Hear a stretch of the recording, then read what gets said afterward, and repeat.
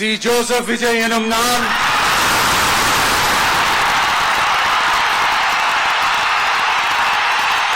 எரியுதடி மாலா ஃபேன போடு.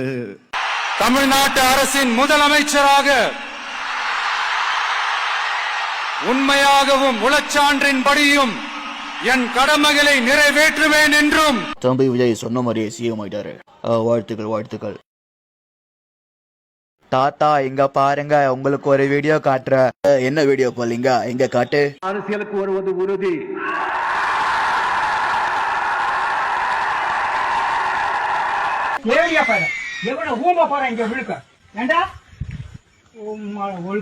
தம்பி விஜய் சொன்ன மாதிரி முதலமைச்சர் ஆயிட்டீங்க, அடுத்து என்ன பண்ண போறீங்க? டிஎம்கே ஏடிஎம்கே ஆட்சியில் நடந்த எல்லா ஊழல் வழக்கையும் கண்டுபிடிச்சு என்ன தம்பி பண்ண போறீங்க? அவங்க எல்லாரையும் கைது பண்ண உத்தரவிட போறேன்.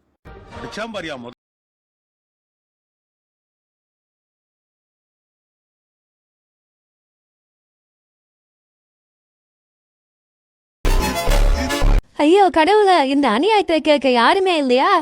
தமிழக முதல்வர் விஜய் எங்க போனாரு? அவர் இங்க வந்தே ஆகணும். என்னம்மா என்னாச்சு உங்க பையனுக்கு? என் புள்ள பசிக்கு சிக்கன் துண்டை எடுக்க கிச்சனுக்குள்ள போனா. ஐயோ அப்புறம் என்னாச்சு? போன புள்ளைய கட்டையால் அடிச்சு கொன்னுட்டாங்க ஐயா. விஜய் இதுக்கு பதில் சொல்லியே ஆகணும். என்ன ஒரு கொடூரம்! நிச்சயமா உங்களுக்கு முதல்வர் பத்தி சொல்லுவாருமா? ஓ மை காட், அங்க பாருங்க, அங்க ஒரு சம்பவம் நடந்திருக்கு. ஐயோ கடவுளை, என்ன ஒரு கொடூரமான விஷயம்! தமிழக முதல்வர் பதில் சொல்லியே ஆகணும்னு அந்த தாய் கதறாங்க நேர்களை. ஐயோ அங்க பாருங்க, அங்க ஒரு சம்பவம் நடந்திருக்கு. ஏண்டா ஓலிமுறை அப்படியே நில்லு. எப்படா தினமும் கருப்பழிப்பு கொலை கேசியே நியூஸா போட்டு இருக்க? எங்க இருந்து கிடைக்குது உனக்கு இந்த தகவல் எல்லாம்? மக்களுக்கு எங்க அநீதி நடந்தாலும் அது நேர்லயே போய் எல்லாருக்கும் தெளிவுபடுத்தும். பரவாயில்லையே, நல்ல விஷயம்தான். ஆனா டேடி முன்னேற்ற ஆட்சியில இருக்கும்போது ஏன் இந்த மாதிரி எடுத்து போடல? அவங்க ஆட்சியில அந்த மாதிரி எடுத்து போட்டா சூ தச்சு சுண்ணாம்பு தடை விட்டுருவாங்க, அதானே? எதுக்கு இந்த ஊழ வேலை பாக்குறீங்க? மத்த கட்சி ஆட்சியில இருக்கும்போது நடக்கிற கொலை கருப்பழிப்பு சம்பவத்தெல்லாம் உண்மையாவும் நேர்மையாவும் மக்களுக்கு காட்டியிருந்தா நம்ம ஆட்சியில இவ்வளவு பிரச்சனை நடக்குதே, அடுத்த முறை நமக்கு மக்கள் ஓட்டு போட மாட்டாங்களோன்ற பயத்திலையாச்சும் சட்டம் ஒழுங்க சரி செஞ்சிருப்பாங்க. ஓய், ஒரு நைட்டுக்கு 1000 ரூபாய் தான் வழியா? ஆண்டி நாங்க அந்த மாதிரி பசங்க இல்ல, நீங்க வேற யார்கிட்ட நான் போய் கேளுங்க. ஆன்டி 400 ரூபாய்க்கு வருவீங்களா? டேய் கோத்தா, யாரா நீ இங்க வந்து பேரம் பேசிட்டு இருக்க? 400 ரூபாய் ஓகேன்னா வாங்க, இல்லன்னா வேற ஆளு பாத்துக்கிறேன். வந்து தொலை சனினே. கல்யாணத்துக்கு முன்னாடியே இதெல்லாம் பண்றது தப்பு மாமே. கல்யாணத்துக்கு முன்னாடி ஒரு ரிஹர்சல் பாக்குறது தப்பு இல்லையே மாமே. எனக்கென்ன, நீ நோய் வந்துதான் சாக போற. ஏய், இது வைரம் பந்த கட்ட, எதுக்கும் அசையாது. இந்தாப்பா இந்த பலூனை போட்டுக்க, சேஃப்டிக்கு. நாக்குல பலூனை மாட்டிக்கிட்டு தேனை நக்குனா அது ருசியா இருக்கும். சரி சீக்கிரம் வாப்பா, அடுத்த கஸ்டமர் வெயிட்டிங்ல இருக்காங்க.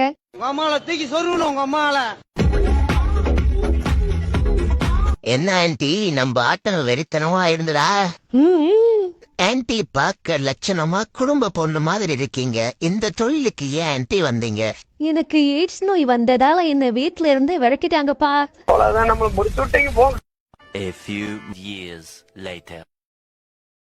தம்பி உன் ஃப்ரெண்டை காப்பாற்ற ஸ்டேஜை தாண்டிட்டாம்பா. நீ சொல்ல வேண்டிய எங்களுக்கு சொல்லிடுப்பா.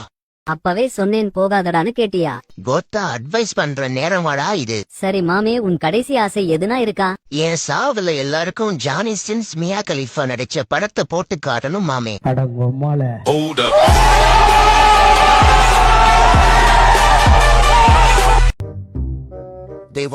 நான் வேற ஒரு சைட்டுக்கு போறேன். யாரு வந்து கேட்டாலும் இதோ இப்பதான் போனாரு அப்படின்னு சொல்லணும். வேற எதனா சொல்லி வளர்த்தி விட்டுறாதா?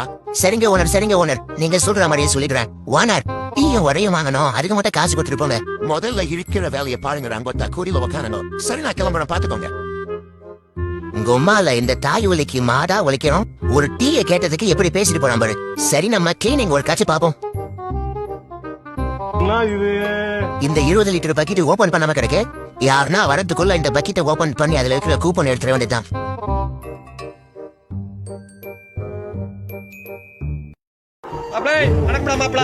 என்ன மாப்பிள, பக்கெட்ல இருந்து கூப்பன் எடுத்துட்டு போல? கோத்தா இந்த தாய் வழி எந்த வந்தா? சரி சரி, பங்கப்பேரி ஆளுக்கு 50. டேய் வேலை பார்க்காம இங்க என்னடா பண்ணிட்டு இருக்கீங்க? பிரஷ் எடுக்கலான்னு வந்தேன் சார். கொத்தா எப்படி எஸ்கே போறான் பாரு லவரிக்க போல். உங்க ஓனர் எங்கடா போனாரு? யாருன்னா வந்து கேட்டா இப்பதான் போனாருன்னு சொல்லிட்டு போனாருயா. ஓஹோ, இங்க வேலை செய்யற மாதிரி கணக்கு காட்டிட்டு அங்கேயும் போய் வேலை செய்றானா அவன்? இருங்கடா, உங்க கணக்கெல்லாம் முடிச்சு விடுறேன். என்ன வாழ்த்து யாருன்னா வந்தாங்களா? இன்ஜினியர் இப்பதானே வந்து போனாரு. எது இன்ஜினியர் வந்து போனாரா? ஏன்னா சொன்ன அவர்கிட்ட நீங்க என்ன சொல்லிட்டு போனீங்களோ அது அப்படியே சொல்லிட்டேன் அவர்கிட்ட. எங்க சொல்லு என்ன சொன்ன? யாருன்னா வந்து கேட்டா இப்பதான் போனாரு அப்படின்னு சொன்னாருன்னு சொன்னேனே. அதெல்லாம் ஜாமான விளக்கு வச்சு விட்டு போயிட்டு போ. அறுத்தி வச்சு விட்டீங்க நமக்கு. உன் கை வீரல்கள் மெல்ல மெல்ல பட்டன முத்தி உன் இனிமையான குரலில் கொஞ்சம் ஹல்லோ சொல்லி இந்த கூட்டாளி. பேபி, எங்க வீட்ல யாரும் இல்லடா. வெயிட் பண்றோம் கொத்தா, நான் நேர்ல வரேன்டா. இதான் நேரம், இந்த பேட்டை பாயிர நேரம். ஆஹா, எப்படி அதை கேட்கிறது?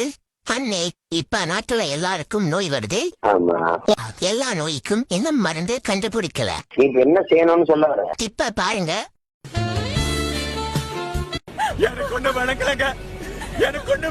உம்மால ஒரு நிமிஷம் இரு. புரிஞ்சு போச்சுடா உன் ஊழல புண்ட. போக்குறதுக்கு என்னமா பிளான் போட்டு போகுது?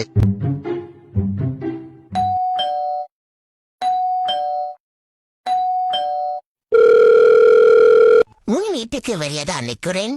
சீக்கிரம் கதவை தொடி. அதான் சொன்னேன்லடா, வீட்ல யாருமே இல்லன்னு. யாருமே இல்லாத வீட்டுல போய் யார உம்ப போன.